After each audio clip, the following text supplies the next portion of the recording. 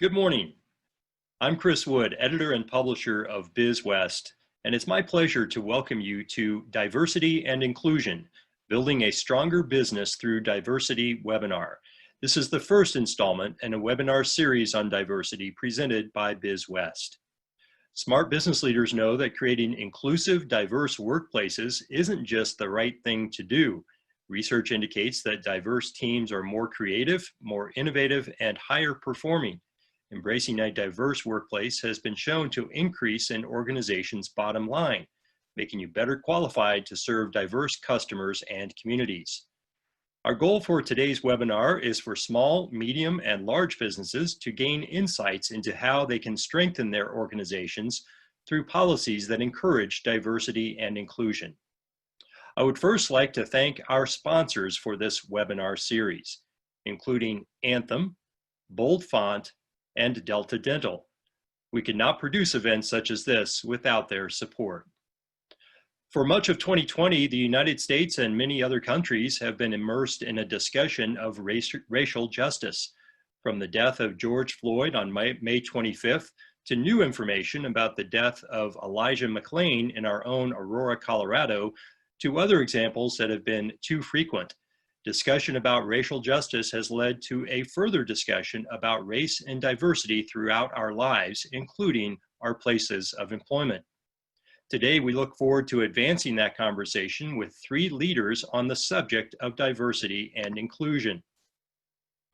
Marvyn Allen is the Health Equity and Training Director at One Colorado. Marv's passion is to serve the community. Marv's passion to serve the community began while growing up and studying in Illinois, where Marv earned a bachelor's in social work, a master's in public administration, and a graduate certificate in women's studies. There, Marv also worked with youth exiting foster care and as the manager of Rainbow Cafe LGBT Youth Center. Lauran Arledge is the CEO of Bold Font Coaching. Bold Font exists to guide organizations in creating exceptional leaders at every level and developing and maintaining healthy, thriving cultures.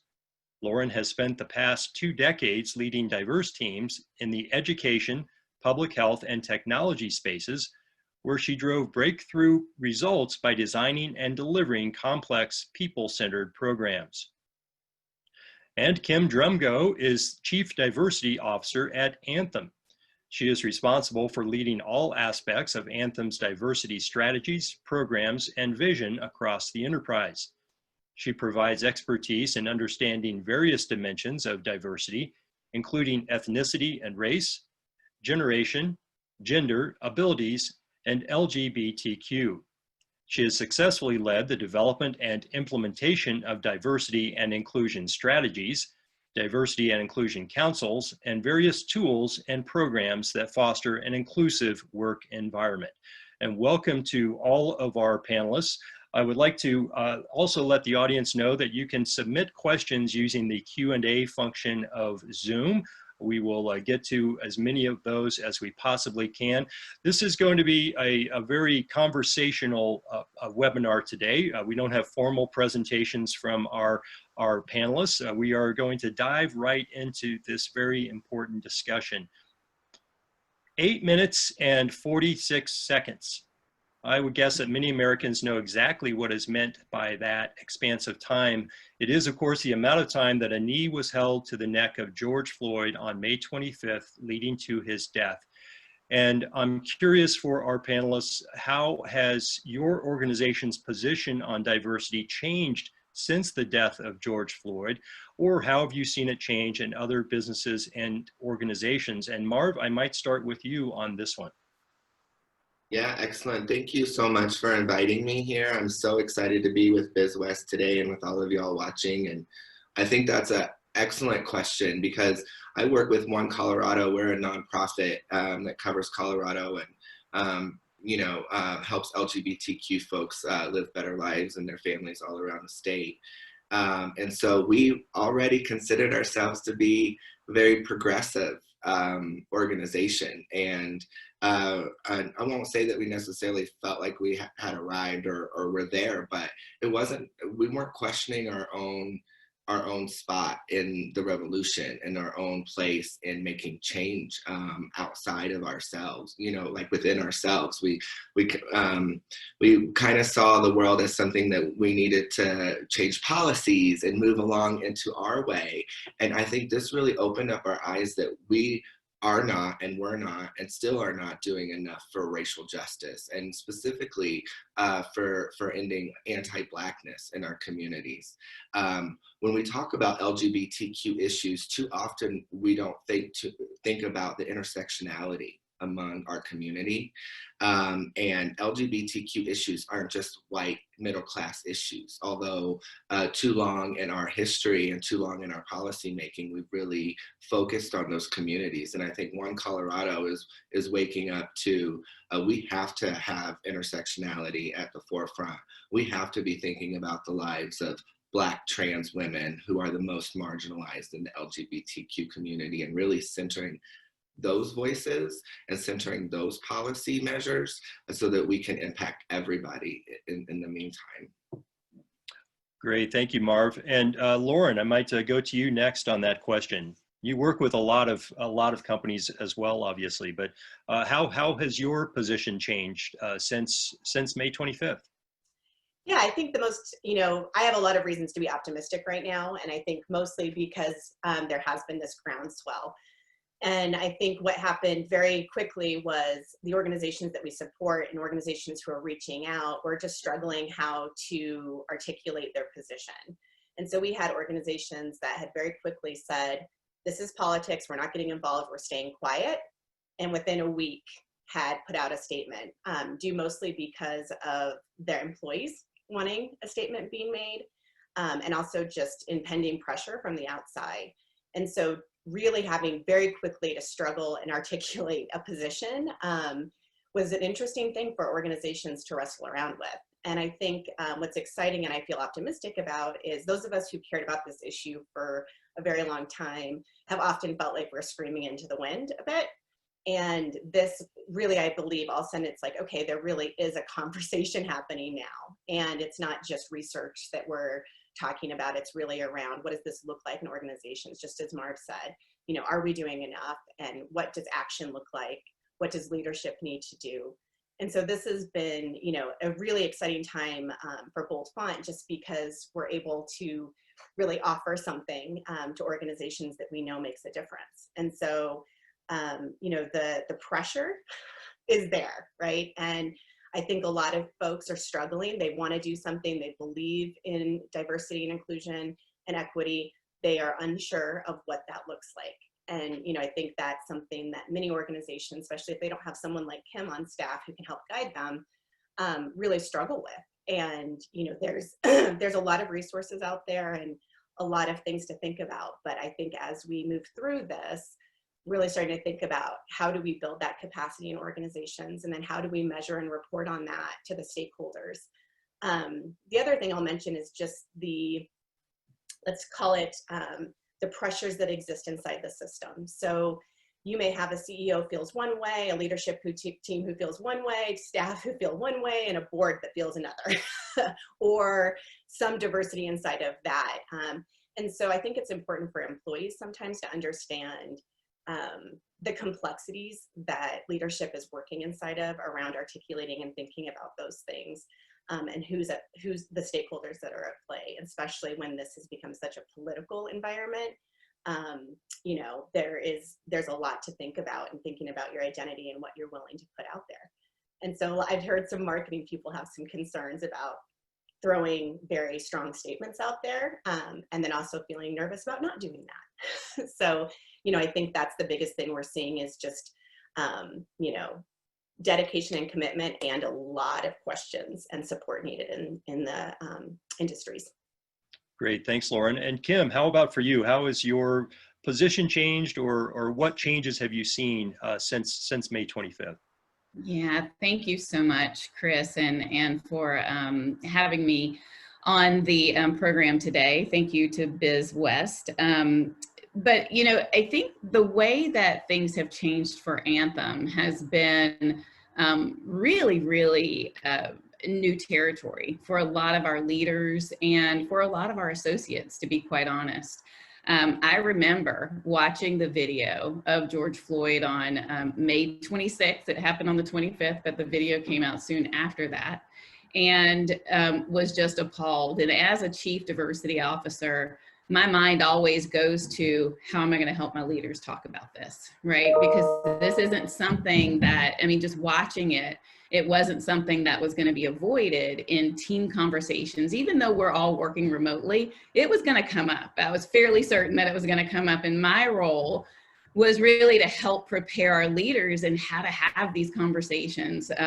You know, in organizations, we've seen where topics of politics is avoided. You don't talk about religion, politics, race, right, in organizations. But this was one of those situations where we were going to have to step out and do something that we were very uncomfortable with. So getting comfortable being uncomfortable, and that shifted the way that we had conversations at Anthem.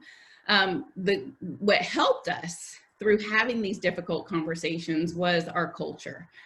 We recently launched a very thoughtful and great culture conversations a few months prior to this happening with George Floyd.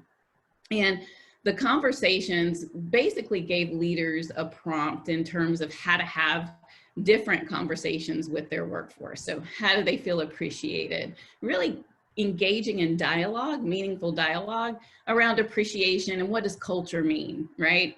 And so soon after we had those conversations, we began having conversations about leading and listening, how to help your associates through very difficult times, especially what we were seeing in our communities in terms of social unrest, and really recognizing and awakening our consciousness to social injustices that were happening around us. And so, you know, we really began focusing on empathy, you know, understanding what our associates were going through, whether you were white or Black or any of the combinations in between. Everyone was impacted by what we were seeing on TV and what was happening right in our backyards. And so as a leadership team, we needed to respond. We needed to step up and make sure that we were providing support to our associates who were going through some very difficult times. And so empathy was a key to that, making sure that we were exercising empathy. We were having conversations about what people were going through, what they were feeling about race. Our leaders were having these conversations with their teams, and my team was having these conversations with our associate resource groups that represent 9 very dynamic demographics. And so we really leveraged empathy. We leveraged being comfortable, getting comfortable, being uncomfortable, as well as taking direction from our CEO, Gail Boudreau, who really focused on making sure that we as an organization were facilitators of change in the communities. And so as a result of that, we dedicated $50 million over 5 years to address social injustice in our communities. We've reassessed our diversity and inclusion strategy to be more explicit around social justice and to address racial inequities both internally and externally by focusing on policies and processes that unknowingly may have some elements of inequity in them. So we're really driven to be more intentional, to have conversations, and to really keep our eyes open for things that we ordinarily wouldn't have been so aware of given what's happening in our community. My hope is that it continues. My hope is that we continue to be intentional. We continue to be very aware of what's happening around us and how people are dealing with what's happening around us. So those are some of the things that we're doing, and we continue to make adjustments in the way that we work and in our vocabulary to ensure that we're reaching our associates and addressing a lot of what we're seeing going on around us.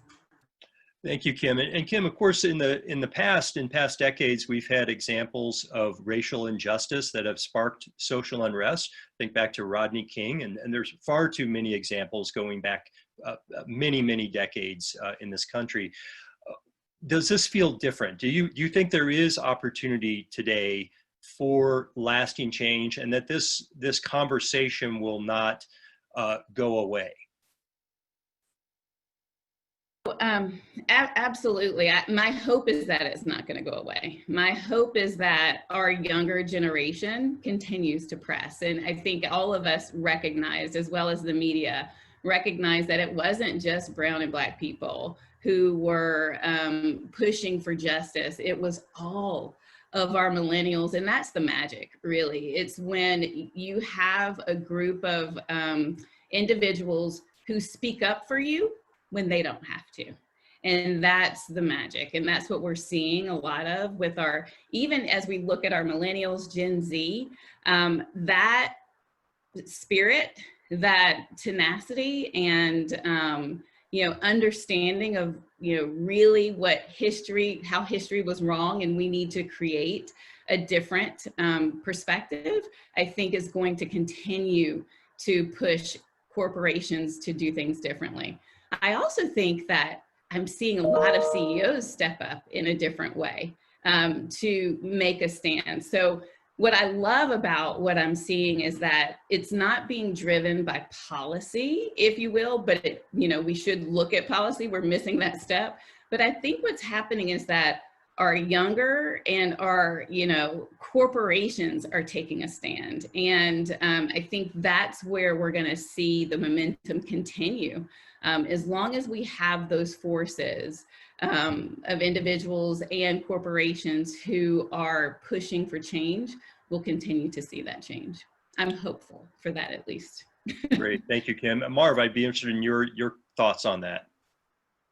Yeah, I'm hopeful that the change will continue as well. I think one thing we've seen is that it's been longer lasting this time with our awareness as a culture on Black Lives Matter and the movement for Black Lives. A lot longer. And, I just watched the Broncos game the other night, and folks have Elijah McClain's name on their helmets, even comparing, not to focus on the NFL, but I think it's a really great example of just a few years ago, we had players outcasted for taking a stand. And now it's not just the players or just a few players, it's most of the players, if not all. It's owners, it's backers to these organizations. And I think that shows, well, one, we're seeing that businesses won't last if they don't get with the times. And as like Kim and Lauran was saying, this is where we're going.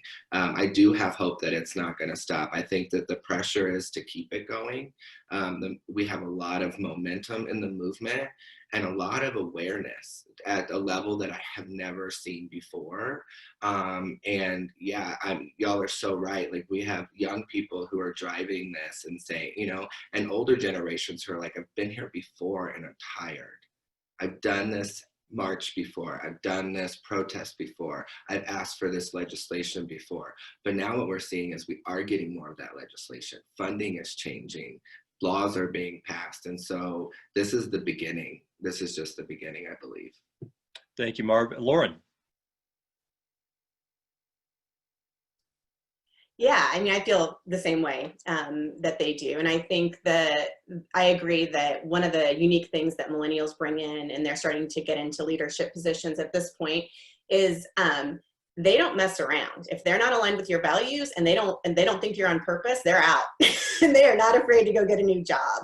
And I know there's a lot of rhetoric around that, but I think there's something around, even just from an employee brand perspective, that organizations need to be real cognizant of, that people really want to understand what the company stands for in diversity and inclusion, and in a whole lot of other ways, right? Many of them having to do around justice. The other thing that I think is really important at this point is to understand that oftentimes in times of change like this, there is chaos, there is a lot of unrest, and that I just encourage people not to necessarily think of that as all bad. You know, I think there's a lot of progress that gets made in that space. And that, you know, we just really have a responsibility as leaders to make sure that these conversations are not binary, right? So I find often that people are pushed into, you know, you support Black Lives Matters or you support the police. That's not a real thing, right? I mean, that is just, and so when we force people to take a position like that, we make it very difficult for organizations to have meaningful conversations. And so really being thoughtful about, are we pulling people into positions or are we having meaningful, critical conversations? And so my hope is that organizations that are really diving in and talking about this are not, you know, we're not falling into that trap, and that that we can really bridge those two things. And, you know, it takes skill, it takes a lot of humility. I think a lot of leadership is having to show up with some humility that they may have not shown up with before. And I think those are all really positive. So yeah, I feel very optimistic and think we're moving in the right direction for sure. Great, thanks, Lauran. We have a couple of questions already from the audience, and I would like to just remind the audience, please use the Q&A function to submit your questions. Your questions are going to get top priority today. So we're going to dive into one from William. William says, I grew up in Brooklyn, New York City public housing. Diversity and inclusion shaped trust and greater relevance that he carried with him as a key approach to design, business, and leadership. How do you feel, and I might start with Kim, how do you feel today's managers who lack this base can embrace diversity, and how do you see or agree that those in the ranks with greater empathy to life and others as a shared leadership opportunity? So people that don't have that background of being in a diverse geographic place. Yeah, absolutely. And so one of the reasons, I didn't say this before, but I've been with Anthem since January. And one of the reasons that I joined Anthem was because the values that the organization represents. And so when I walked through the door my first day, I saw a placard, and one of the values was diversity. It's to open our hearts and minds. And I was sold at that point. And if you don't have organizations who have the values that align with who you are, as Lauran said, a lot of our associates would have left, right? But we truly believe as an organization that each person needs to demonstrate the value of diversity and inclusion. And so when you do have managers who aren't necessarily fully bought in, and you're not in an organization our size with 60 plus thousand associates, everyone's not going to align and behave in the same way, but you use your values and those and the behaviors as your North Star, and you re-emphasize those. And, you know, hopefully you're hopeful that those associates get in line, but then you also make leaders accountable for those behaviors as well. So not only is it a placard goal in our value, but a lot of organizations are making it a part of the performance, and all associates are accountable for creating an environment of inclusion, and managers for, you know, having more of that responsibility. And so I would look to the leadership to ensure that all of their leaders have a true sense of what it means to create a trusting culture where people feel like they belong. And that's really important. So you don't feel like you belong somewhere if you don't trust the people who are leading you. And that's really important. And we're giving them instruction on how to do that. And also making sure that the messages are coming from the top down, and there is a level of accountability for all associates to make sure that they're creating this inclusive workforce. So I would say that to answer your question, William, the message comes from the top. It comes from the top, it comes from the inside out in terms of how you create that inclusive environment. And if you don't have leaders that are on board, I would challenge leadership to say, okay, well, if you're not on board with this, why are you still here, right? And really making those hard decisions and changes. And I think it takes all of us being true to ourselves and understanding where we are, to make sure that we're making a difference in our organizations. Thank you, Kim. Lauran, what would you say to that about people who may not have that background of being in a place that is diverse, in getting them to really embrace diversity in their workplace? Yeah, it's a wonderful question. And I think that this is really the crux of when you do development for organizations, and everything Kim said I think is spot on, right? Around making sure that it's all the way through the system, that you're measuring it, that people know they're accountable for it as leaders. But I also think there's opportunities. We are experiential learners, right? And so we understand the world we live in by experiences. And so oftentimes what we do is we miss that part of why oftentimes we believe something doesn't exist if we didn't experience it personally, or we think it's blown out of proportion, or fill in the blank. And so part of what we do is really starting to think about how do you get really good at understanding and listening to other people's stories and having that be a learning opportunity for you, and asking questions and really coming from a place of curiosity and inquiry. And building trust so that you can fumble around in these awkward, hard conversations, and say, whoops, I just said the wrong thing. Or the person you're talking to can say, whoa, that felt offensive. Can we backtrack there? And that is a lot of the culture that you build, right? And we call them protective factors in our organization. Do you have those protective factors in your organization that allow people to wrestle around inside of these difficult conversations? And to Kim's point, are we giving managers and leadership the skills to feel comfortable doing that? And one of I think the things that was most exciting to us was through all of this, the pandemic and just the social justice issues coming up, some of our clients saying, I could just sit with this. I didn't feel like I had to have all the answers. I could just be comfortable being uncomfortable, but be with my team in a place where our hearts were just open. And that takes an enormous amount of confidence and ability to know you got this, right, as a leader, and that you don't need to know everything. And so I think that those are some of the skills we build. And I think we can also hold our leadership accountable and our employees accountable by saying, you need to look at your networks, right? How diverse is your network? And if you don't have a diverse network, the expectation is that you go out and you make an effort to get that, because that has implications around hiring, and just who you are talking to impacts what you understand and know. And so I think that's the kind of an actionable thing that people can do that's related to this question is take a good hard look at yourself in the mirror and see, right? Who are you talking to? Do you talk to people you disagree with a lot? That's a really good sign if you do, right?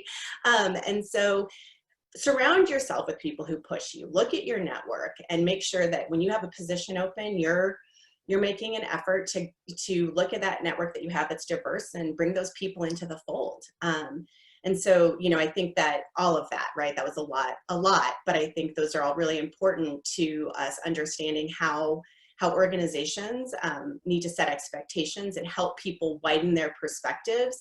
And if that is a leadership competency that the organization believes in, which I believe diversity and inclusion is a leadership competency, then you'll see results. It will follow. Great. Thanks, Lauran. Marvyn, your thoughts on that? Yeah, I completely agree. And I love that empathy was brought up, because when we're talking about leadership, that's where we should start with empathy. I know right now we're working with folks who have been in the field for a while, but as we're hiring and we have the opportunities to hire leadership, empathy is rising to the top as the number one reason, the number one thing you should look for in a leader. And I think that says a lot about where our culture is going. And also I wanted to speak to recruiting for diversity without creating those inclusive spaces first. I think too often we look around and we're like, who's not at the table? Because I'm a good person and I want to bring those people in. But if we don't create those structural changes where people with diverse backgrounds and experiences feel comfortable coming into our organization, they won't have that beautiful experience like Kim had walking into Anthem and being like, this is my place. And speaking from an LGBTQ perspective, some of those are really simple. Like while you're doing hiring, introduce yourself with your pronouns. Because if you have a gender non-binary or non-conforming person in front of you interviewing, that is going to make them feel so much more welcome. And chances are, even if they don't identify that way, they're also going to still feel welcome and be like, this is a place that I can be my true authentic self, not just 6 months after I get on the job and I have, I've been past my probation period or whatever corporate world looks like, but right now from the get-go. I recall going to interviews before I transitioned medically, wearing my partner's headbands to make myself look more feminine so that I could get that job, because I need that job, right? We have to work to live. And we need to think about what the things we are doing that excludes people from even walking into our door, excludes people from sitting down at our tables. Even when you're posting job descriptions, One Colorado right now is going through, is hiring for an executive director because our former executive director left August 1st after being with the organization almost 10 years. And so we're going through a lot of changes, and we're looking at the job description. Are we asking for too much? Because we know minorities are less likely to apply for a job that they don't meet every single one of those things that you're looking for. Whereas cis, so people who are not transgender, cis, heterosexual, white people are more likely to apply for jobs where they don't meet hardly any of those. And so who are we opening our doors to in the first place? And what do we have in our organizations that's going to make those folks feel welcome and make them feel like this is the right place from the beginning? Great, thank you, Marv.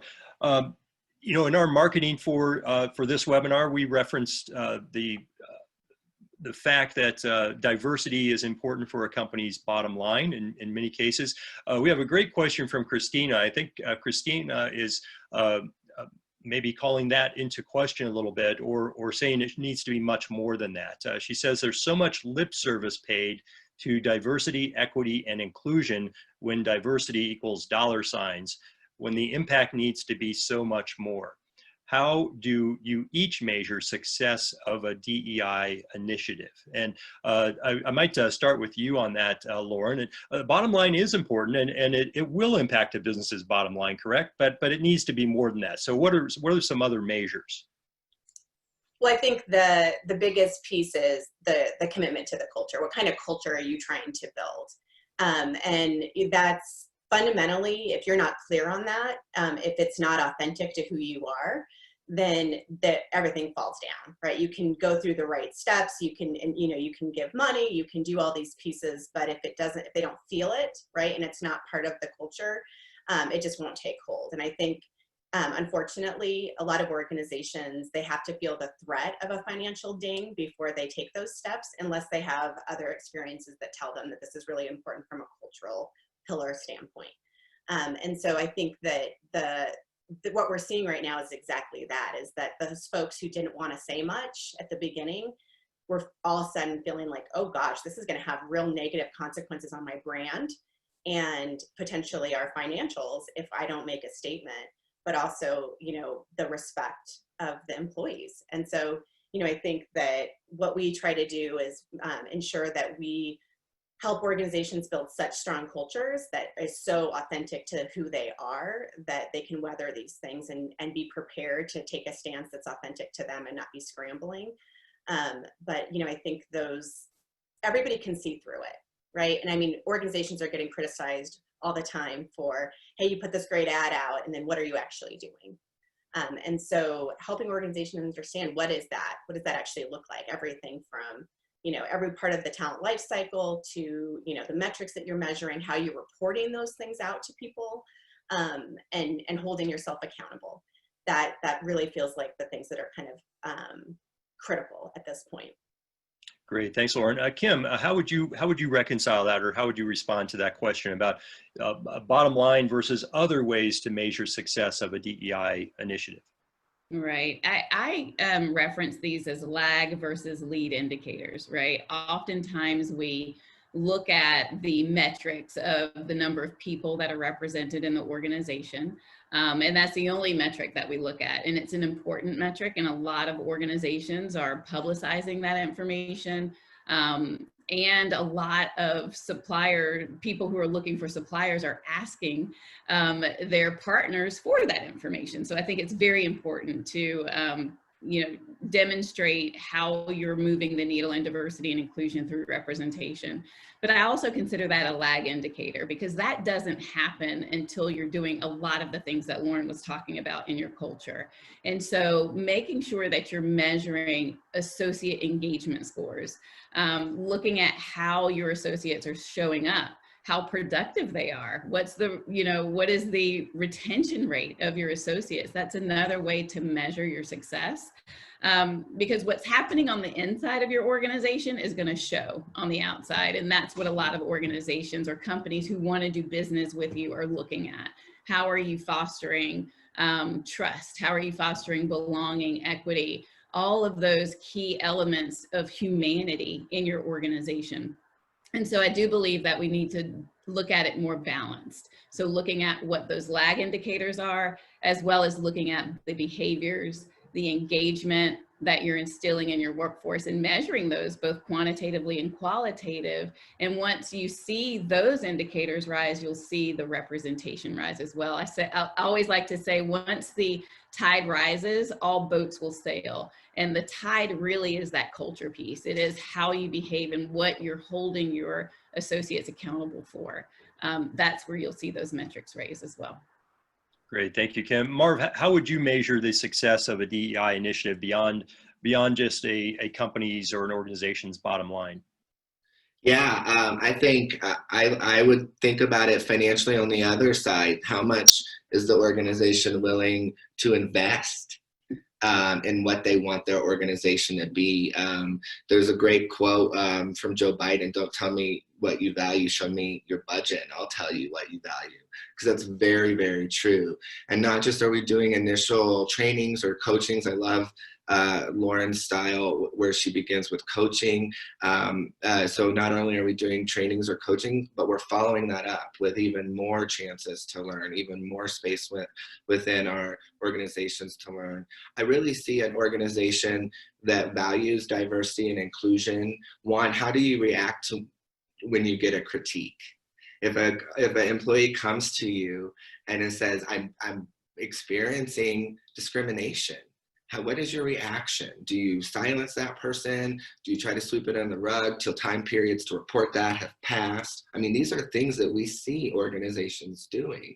How do you give that person tools? And not only the people who might be suffering, but going back to that empathy piece, a lot of us, and we see it all the time, we want to do better and we just don't know how to do it, and we're nervous we're going to do it wrong. Give folks those tools, give those things in their back pocket that they can pull them out as they need them. And I think, you can even, I love the idea that was brought up about retention, because that says everything. People stay with an organization that they trust, that they're growing in, not just professionally, but as a person. We hear all the time that you can give somebody a raise and that's going to make them happy for like a month or two, and then that's their new normal and they're looking for that next thing. What they're looking for is a good culture. They're looking for a good work environment where they come to work and they feel supported and they feel like they can support other people without punishment. Also, you can ask your employees, you can take surveys, and not just ask them how are we doing, but take their advice when they say that you should do something different. And bring in new stakeholders. If we don't have a lot of diversity in our organizations, let's bring those people in that can give us that diversity, to provide us, with more perspectives. There are organizations, you can hire consultants to look through your policies and, just go through them, just tweeze them out and say, what anti-racist policies can we put in here? What inclusive policies that we can put in here? And again, that's even before you expect people with diverse backgrounds to come on to your team, because you have to make it safe for them when they get there. Great, thank you, Marv. We have a great question from Margarita, one of our attendees. And it really speaks to something I believe, Lauran, that you were discussing. I think it was even before we began the webinar when we were chatting here. The question is, do any of you know how to effectively create a map from conscious awareness and empathy to our work group dialogues that result in less resentment, exclusion, and confusion? Margarita says that she is finding it very hard to do it in such a fearful time about recession and COVID, and worry about our vulnerable, beloved colleagues, families, and communities. So Lauran, I might start with you on that. Yeah, and I think, I mean, the system is fraught with all sorts of stuff right now. And I think that's the first thing is, as leaders, really understanding how vulnerable people feel. And the economic pressure and everything that's out there, you know, there's a lot. And I think that it's really important to acknowledge that. And I think this is when the organizations that are really healthy and have done the work are really thriving. And so one of the things that we do, are you referencing the idea around the coaching and then moving it through the system? Exactly, yes. Okay. One of the things that we do and we feel really passionately about is moving away from like a group training perspective. You know, I've done those for years, and sometimes there's some really meaningful work that happens in them. But often what happens is people get very defensive, right? And there's a lot of things at play when we're all together. And so what we do is either small group coaching or individual coaching for people to start wrestling around with these ideas and getting that awareness building in a way that's not so threatening. And you can be really honest about where you're at and not worrying about that you're really going to hurt somebody or damage a relationship, because the learning process oftentimes is messy.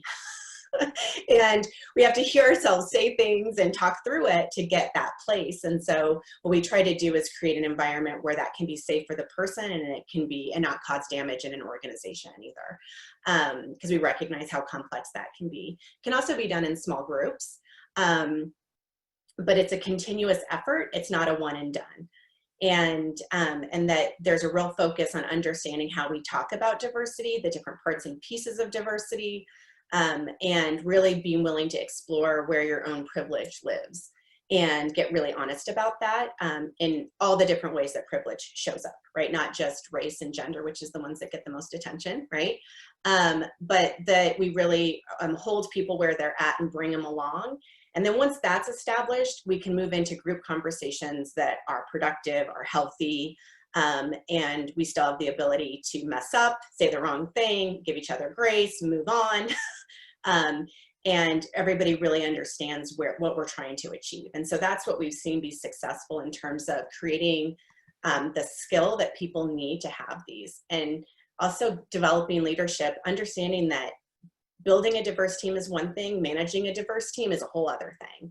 And that you need specific skills that are very advanced to do that. That people who are very different, they'll come to the table and they'll have lots of different ideas, there'll be conflict, there'll be tension, and that's all good. It's really good if we know how to do that and make sure that everybody's really holding healthy space inside of that tension and conflict. And so there's just a lot at play that people and skills that people need to have, but a one-time training is just never going to get you where you're trying to go. And that we just feel really passionately about that. And to the point of Marv earlier, you know, what's your budget? What are you really willing to invest in this? And are you really willing to help people grow as humans in this area? Great, thanks, Lauran. Kim, what would you say to that? How would you create, how do you foster that dialogue within your company without creating that resentment and exclusion and confusion that Margarita mentioned? Right. And we were catapulted into that phase really as we started our leading and listening sessions. And the direction that I gave our leaders was to, you know, first of all, as Lauran mentioned, you know, understand where you are, understand self, understand how you feel about what is going on around you, and be honest about that. So we really educated our leaders on, you're going to have to take a step back and see what's going on the inside before you even begin to have these conversations with your direct reports. And so that was one area. And then we also said, you know, not only educate yourself on yourself, but educate yourself on what's happening in the community and try to put yourself in those different positions. So it's all around perspective taking, right? And understanding what's happening. So, you know, several, you know, times we begin conversations and really don't know the depth and breadth of what we're talking about. And we come to this opinion so quickly without even having gone into understanding the different perspectives that are in play with this particular topic. So we advise them to educate themselves, and not only our leaders, but all of our associates understand what's happening and try to take a different perspective in that way. And then even after you go through that entire process, you're going to need to suspend your right to be offended. And I say this all the time and I use it all the time. I've got to suspend my right to be offended in these conversations, because if I continue to have this chip on my shoulder, or if I'm looking for that word that you're going to say that's going to set everyone off, then I'm losing the value of the conversation, right? So I, really focus on and help our leaders, suspend your right to be offended as the listener, suspend your right to be offended as the speaker as well, because you may say something that's offensive, and you need to hear that. And my hope is that everyone's coming from a place of authenticity and caring enough to say, that, as Lauran said, that hit me wrong. So let's talk about why that hit me wrong, and be open to hearing that, because we're all not the same. We don't think the same. We don't behave the same. The end of our lives will be different from each other. The beginning was and the end will. So we really focus on suspending our right to be offended. But then the last thing that we say is that this is not a one and done. So this isn't just one conversation you're going to have and you're going to say, whew, thank you, I got through it. But it's a conversation we need to continue to have. And it's going to shape in many different ways based on what's happening in your company, what's happening in our society. We need to exercise the muscle of being comfortable, being uncomfortable, and continue to have those conversations. Expanding your network, understanding those different perspectives is just going to be really important, because I don't see these conversations dying down anytime soon. I actually see them becoming more and more a part of what we're talking about at work, especially if you're in the service industry. If you're serving a diverse population, you need to have these conversations internally, because then you're opening yourself and your company to those experiences and backgrounds that your potential consumers are having. And what all of us want is a consumer that knows us. And the more we talk about it, the more we surround ourselves with the demographics of our consumers or our customers or our clients, the more we're going to understand them and be able to meet them where they are, relate to them, and exceed their expectations in terms of whatever we're providing. That goes beyond the bottom line, right? That's that loyalty, that's the trust that we have with our associates and the people that we serve. Great, thank you, Kim. Marv, any thoughts on that?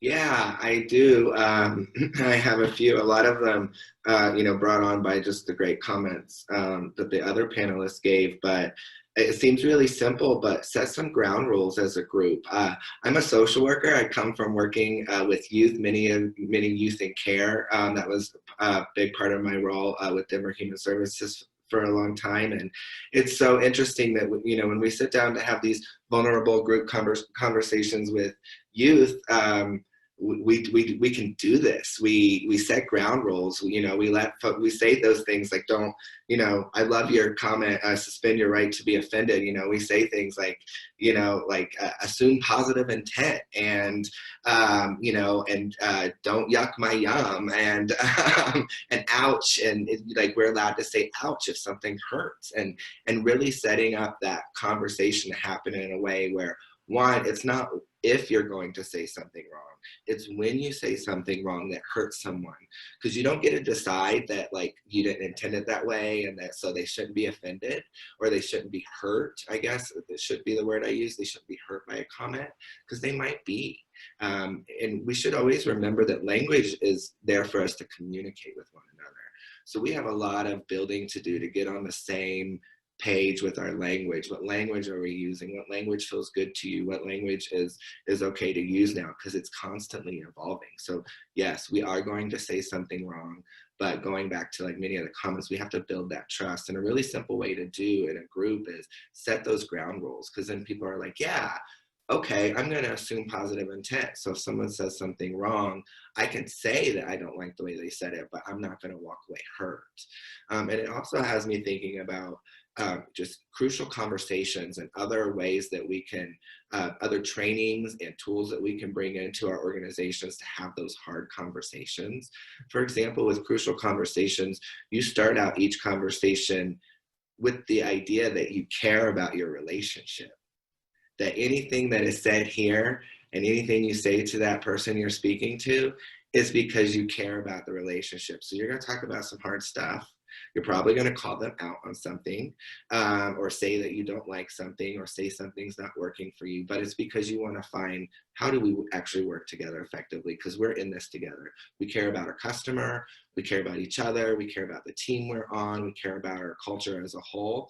And so you find that common ground of what you care about, and you develop that shared language. And I think it also makes me think about this calling out versus calling in culture. And I think that, you know, calling someone out, like say someone says something wrong in a meeting, and you're, oh my God, that's so wrong. You shouldn't have said that. How dare you? Like, and really putting them on the spot. But if you really care about that person and you think that they didn't mean to say it, maybe taking them aside and talking to them about it might actually have more of an impact, and bring in that empathy that none of us like to be called out. And the minute that we are, we might become defensive and we're not going to listen anymore. How do we talk to people about what we want and need from them in a way that they can hear us? And I think that's a lot of where that empathy comes in. Set those ground rules. It might feel silly at first, but you know, make it weird until it's not. That's my idea. Make it weird until it doesn't feel weird anymore, because those ground rules provide so much safety and security in a very vulnerable space. Great, thanks, Marv. Lauran, I was speaking recently with Pete Salas with the Latino Chamber of Boulder County, and I was asking him about the fact that I saw a lot of Fortune 500 companies in our area, and I'm sure all over the country, are hiring diversity officers or filling that position. And his point was, well, those companies can afford it. You know, a small business cannot afford it. And we have a great question from an anonymous attendee. What does supporting diversity and inclusion look like at a smaller organization under 100 employees with limited staff time and resources?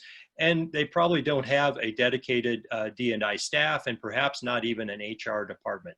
So what does building diversity and inclusion look like for companies like that, which is a huge portion of the population, of the corporate population in our area and nationwide?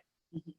I think that's a really good question and really important, because I think it can feel very overwhelming to smaller organizations. And my advice is always to really just get really honest as a leadership team or as the owner of a business, what feels important to you, what feels authentic to you. And there's people out there who can help you with that, processing some of that.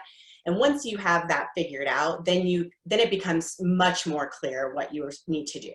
And I think that's the part where it doesn't have to be all at once big, right? It starts with one decision. And so I know folks who have realized, you know, white men who realize, like, I am very confused right now.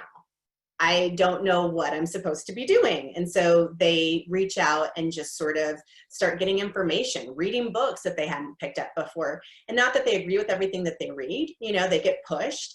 But I think that's the big part, is pushing yourself to try to understand what's going on around you and figure out what your place is inside of that.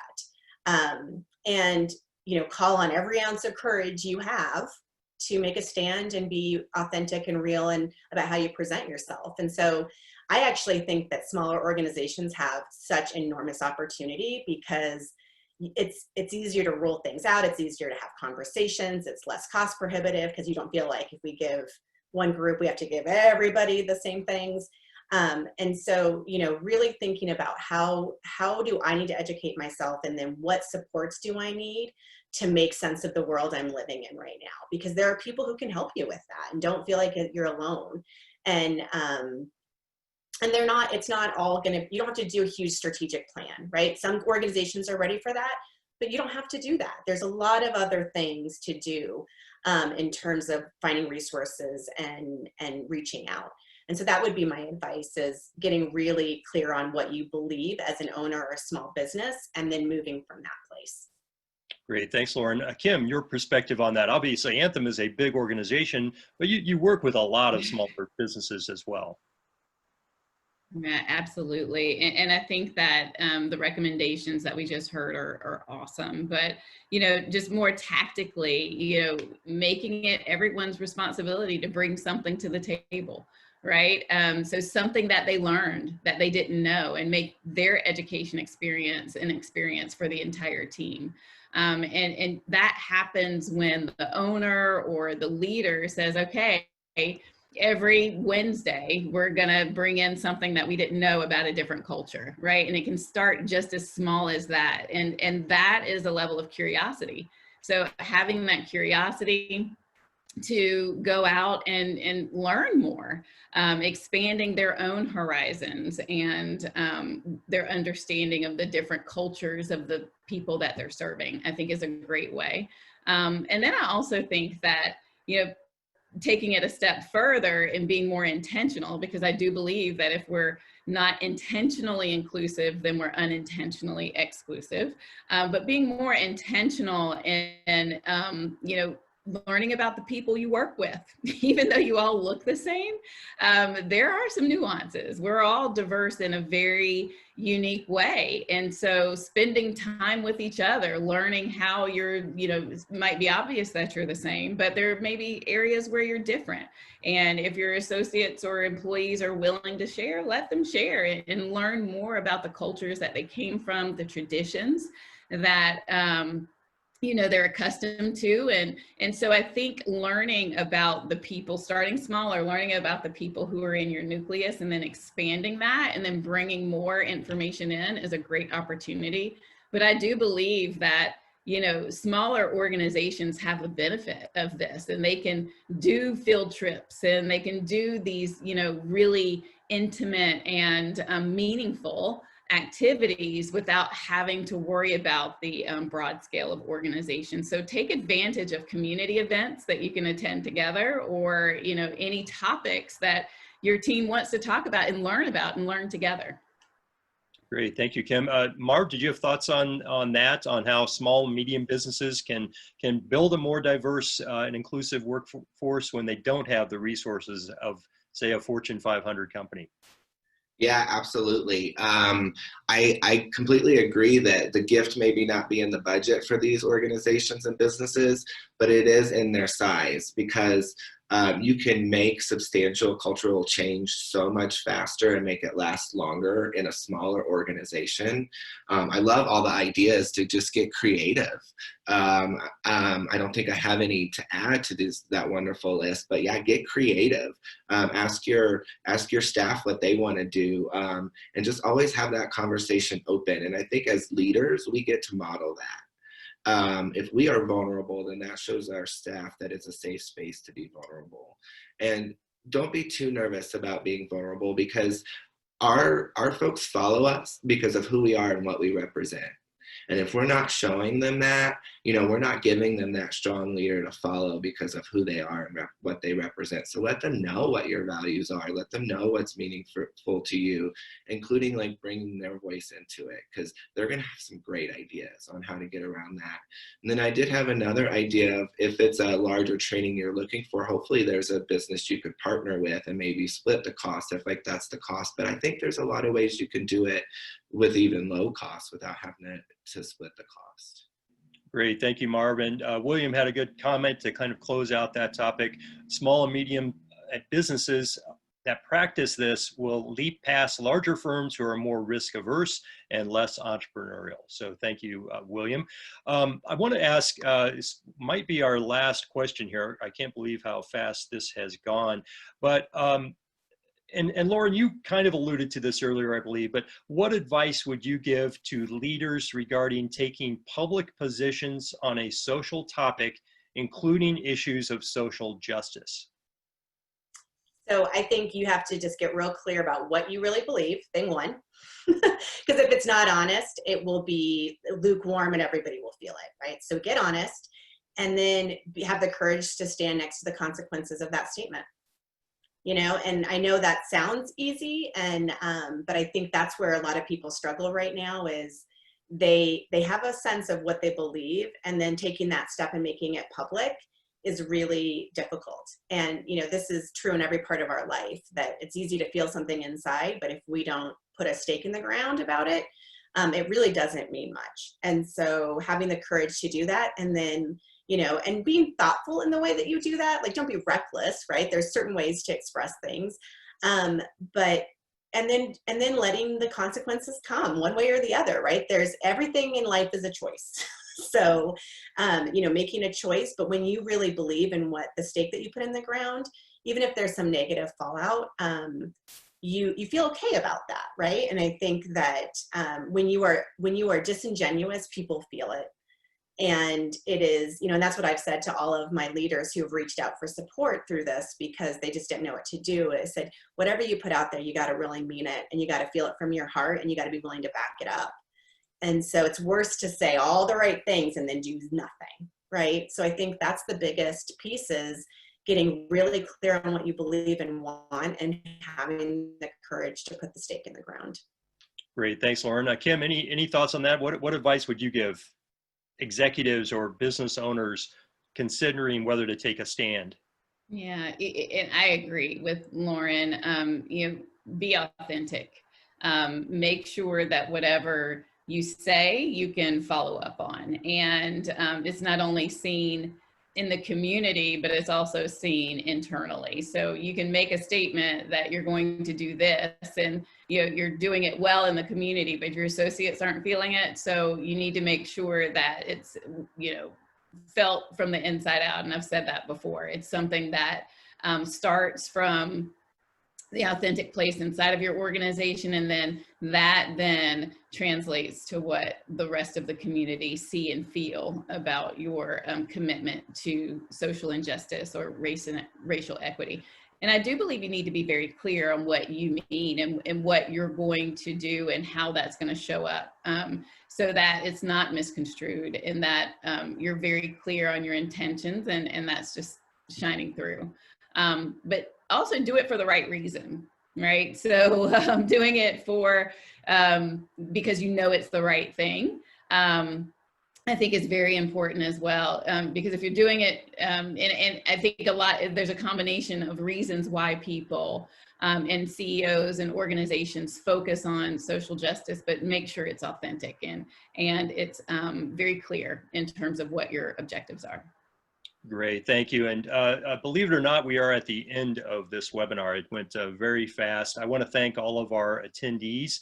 First of all, we did not get to all of your questions, but we got to more of your questions than my questions, and that's a good thing. So I want to thank all of our participants for the wonderful engagement and questions. And I want to thank our panelists, Marvyn Allen, Lauran Arledge, and Kim Drumgo. Thank you very, very much. We very much appreciate you, and this is not the last time that we will be doing this. We will have another webinar on this topic, at least one more coming up. I want to thank our sponsors, Anthem, Bold Font, and Delta Dental. And I would note to our attendees that you will receive a survey about this webinar. We want to get your feedback on what you thought, and an archived recording link will be sent to all attendees of this recording as well. We have a couple of other upcoming events that we don't have on this slide, but on September 30th, we will have another webinar on diversity and inclusion. So this topic will continue. We also have our BizWest, our Bixpo virtual B2B Expo on October 14th, and our Confluence Colorado Water Summit October 22nd. I want to thank everyone at BizWest, and thank again all of our sponsors and our panelists, and we will see you next time. Thank you all for joining us.